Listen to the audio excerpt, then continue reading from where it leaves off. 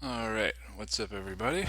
Welcome back to another exciting adventure in programming here at Learning to Code in C. So far, we have not learned much, but we've sort of been going through like sort of setting up your environment type of stuff. But now we're finally done with all that. So we're going to go back and we're going to look at the sort of sample code that I used to take us through the compilation process and stuff. So the first thing we notice is that I am here in my tutorials folder here. I've got my hello.c and remember we made our hello program because we named it. This was just sort of an example thing, and our a.out. Also, you may notice that I have changed the color since the last time, and that's not for any reason other than because that sort of dark purple background that I had didn't really look very good. So if you're interested in doing that, at least in Ubuntu, you can simply right click on your terminal and go to your profile preferences, and you can change all your colors around or whatever. And it's similarly easy for most other things, especially Mac. I'm fairly confident that they would have a easy way to do that kind of thing. So I don't know what it is off the top of my head. It's not important. What is important is that we're going to go into our text editor and look at our code that we wrote and explain it. And before we explain it, I'm going to go sort of cover the concept of a comment. Comments comments are used to make sort of human readable notes in our program that don't affect the compilation process. Because the compiler is very picky, right? If we write stuff like if I try to, let's say I oh see that the reason that I put that colon there was because I was still in insert mode. I had to hit escape first and then colon WQ for save and quit. Now let's say I want to try and compile that program that I was just in after having wrote all that sort of just nonsense in there that's like like it's a text file, right? It's like right away it's like no sir, error, unknown type name comments, and then some other errors that sort of follow along. Usually the top error is the one you want to take concern with, because if you fix that, a lot of times the other errors are based off the fact that this is already broken, so it's trying to figure out what's going on, but it's like I don't know, right? So obviously our code didn't successfully compile in that case. So, but we might want to at some point write notes like this so that someone else can come along later and we can say, oh, and I see what you were trying to do there, or something like that. And you'll see where comments sort of come into play, especially if you're working on even your own projects. Though, like if you look at somebody else's code and it's not well commented, you will immediately hate them.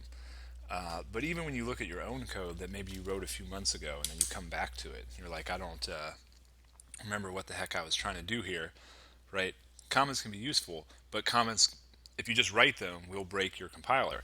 So there's a special thing called commenting, right? Where if you put a slash slash, I have to insert here. If I put a slash slash, see how that turned blue? That's my fancy VI improved telling me that this is now a comment. Anytime you put two forward slashes like this, everything on that line following that will become what's called a comment. And a comment is something that the compiler ignores. So we can see that if I put two things here as well, right? So now all this is blue, right? So now if I save and exit this and I try to compile it, no problems, right? Compiled successfully. And I can even run it and it does what it did before, which is print out hello YouTube. So that's cool, right? So those can come in handy if we want to leave notes for other programmers or even for ourselves in the future, that we don't want we don't want to break the compiler. And the reason I'm introducing them is because I'm going to use them sort of as notes while I'm talking. So I wanted to make sure that people knew what I was talking, like what I was doing, like what are you just doing with those slashes, right? So The one last thing I'll note about comments is that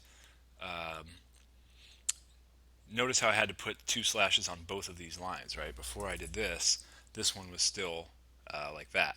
So there's another comment syntax instead of a //, which is a line comment, right? It only comments out the line.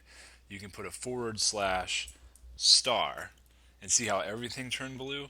That's because a /* is a block comment, and it comments out everything until it finds the */. So now I can write like a whole book in between this /* and this */, and it'll all be commented out, and the only thing the compiler cares about is this stuff down here. So with that being said, let's go through this code and figure out what's going on with it. And the first line is this #include standard.io.h. And I'm going to skip that for now, and it'll make sense why, because I'm going to come back to it, because it is doing something, it is important. But I want to start here with int main, open parentheses, close parentheses, open curly bracket. Now this is what's called our main function. Now I'm going to do a whole video on how functions work generally, right? So, because functions are a bit of an advanced topic, and I don't want the first video to be all about functions, but we kind of need to know a little bit about functions because we need to know at least enough about the main function, because otherwise we can't do anything.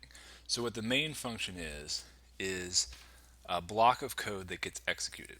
In fact, all functions are blocks of code that get executed.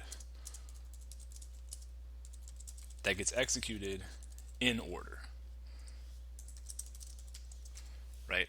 So now in our case, and everything in between the open curly bracket and the closed curly bracket is what's contained within the function. So in our case, we only have this one printf, right? So we only have one line.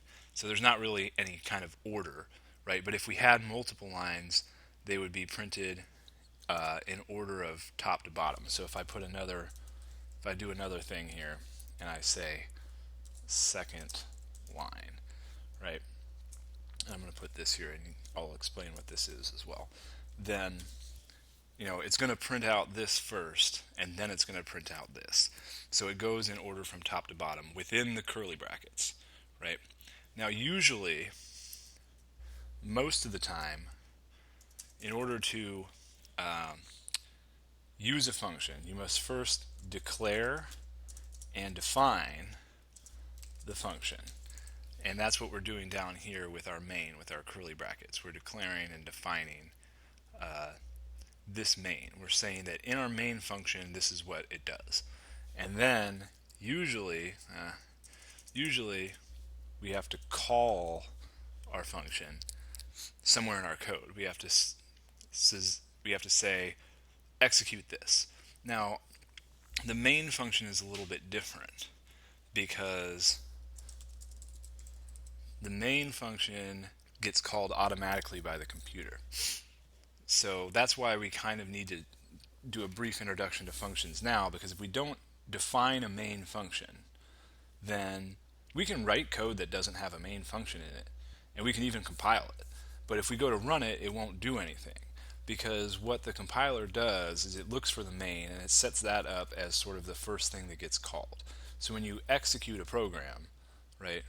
When you execute a program,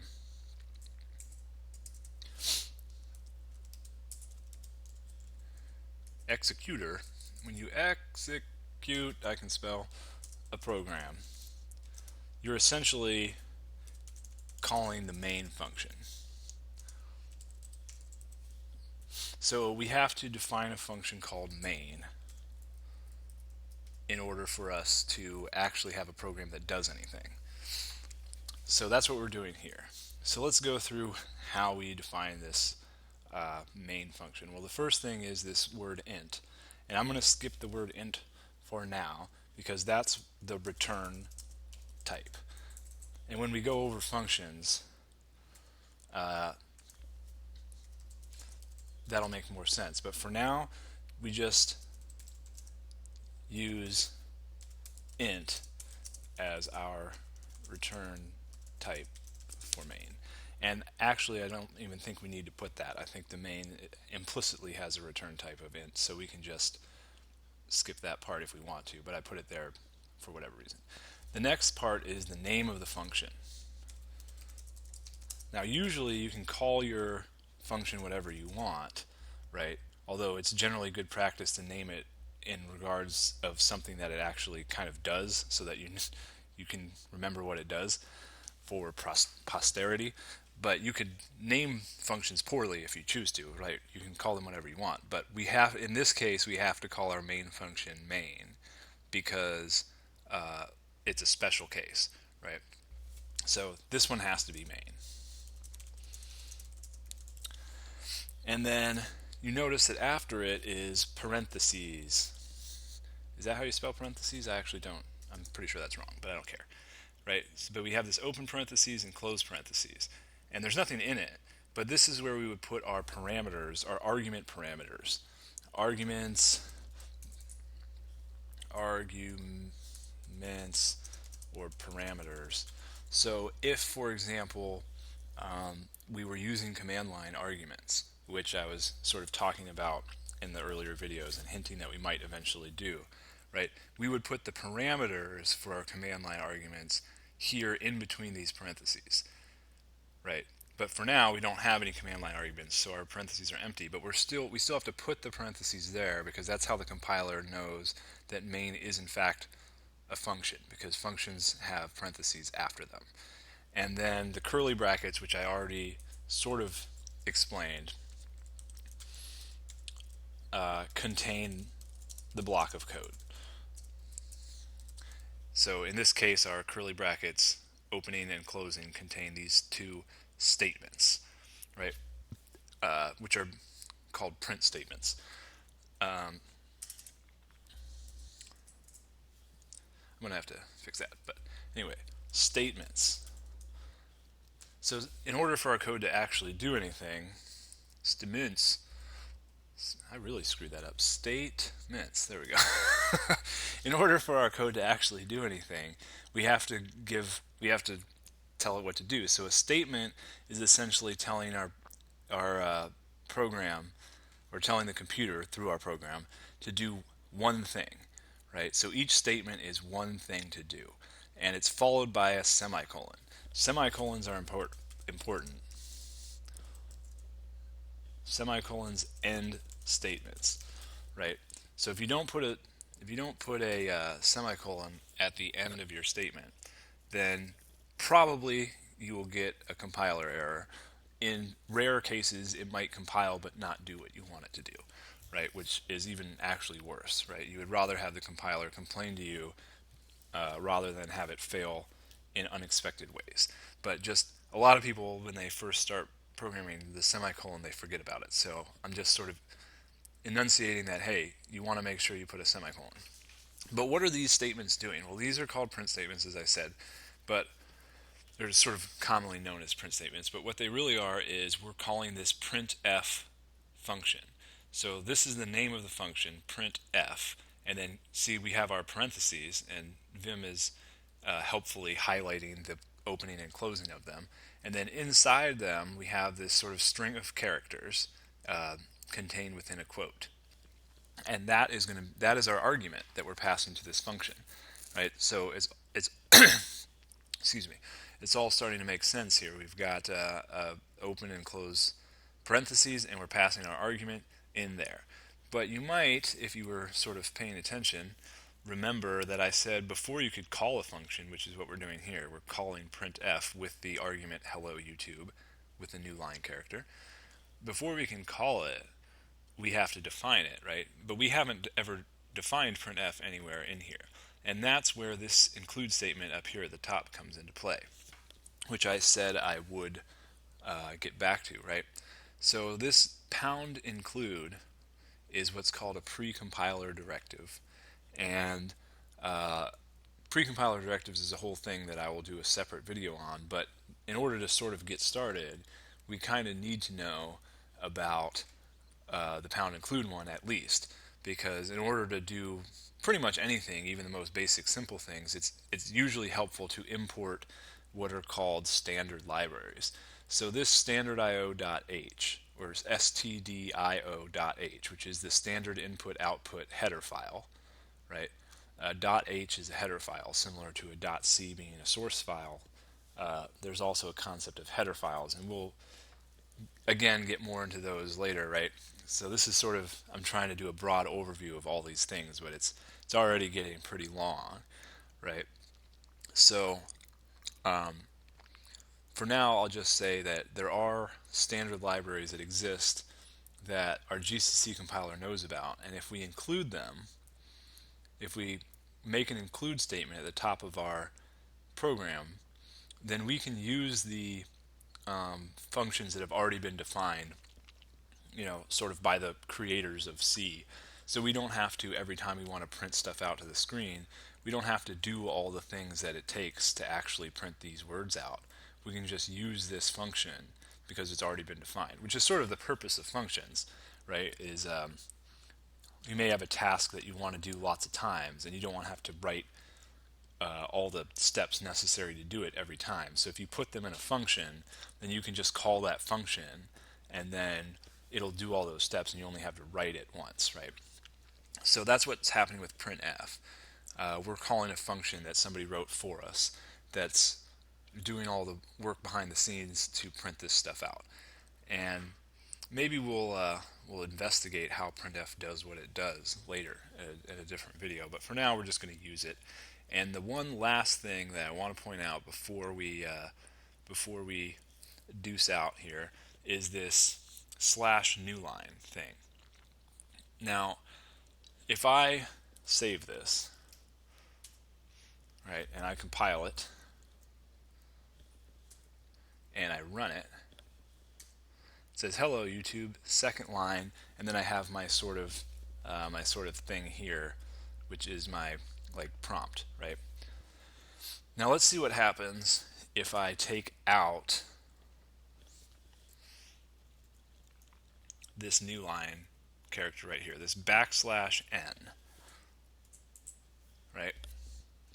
And then I save this, recompile it because we've changed it. Every time you change it, you have to recompile it if you want your changes to take place in your compiled output, right? So now we see that hello YouTube still printed and second line still printed, but then my command prompt thing, my void star, username thing, printed on the same line as this second line rather than being on its own separate line. That looks kind of ugly and gross, right? Like, we don't want it like this. It looks better like this, right? So that's what's called an escape character and a new line character. And I will go over, again, another thing that will be its own whole separate video. But for now, it's good to know that there are a few sort of special characters, because I can't like hit enter here, and I actually don't know what this will do. Let's see what happens here. This will be an experiment. No, it doesn't even, it's like, no, you can't even do that, sir. So, which I kind of suspected, because what's it saying? It's missing the quotation character terminator. So it doesn't recognize, there it is. It doesn't recognize that this is still part of this function call up here. So we can't do that. Oh, insert. So we can't do that, but what if we actually want it to be a new line? Well, we have to put a slash and an n, which this slash is an escape character, which I'll go over escape characters in a whole separate video. And n stands for new line, so it's sort of the equivalent of pressing enter. So if I put, like, for example, two new lines, new line, like that. Did I hit escape? I did. Okay. Then I can recompile my thing and run it. And now, not only is I did hello YouTube, new line, second line, new line, then left this line empty and then did new line. So now I've got this whole space here as well. So I use new lines prodigiously because I really hate it when stuff gets all crammed together. And oftentimes you'll probably see me hitting enter a bunch of times, like doing this, to just sort of space out what I've done from, like, if you just hit enter, it's not going to break anything. It's going to do that. I do that a lot. Or another thing I like to do is I type the command clear, which cleans up all the crap I've been doing. So, yeah, so that's, I suppose, it's a long video, so I'm going to go ahead and say that it's done. And in the next, hopefully, that sort of explains what's happening here, right? Printf is kind of automagical right now, but we know that it's a function that's declared in our standard IO header file, and we know that we have to declare a main function so that our our computer knows what to call when we execute our program. And we know we have to put semicolons at the end of our statements, or else it'll break. And we know that we have to use parentheses when we define our functions, although we're really only using the main function right now. So in the next video, I will go over variables and types, because those are sort of the very basic atomic structure of how programs work. And if we don't know about them, then we can't really do much besides print whatever words we want to print, right? So that's the end of this video. Hopefully it's not too long for the ADHD types out there. And I will hopefully see you again later. Bye.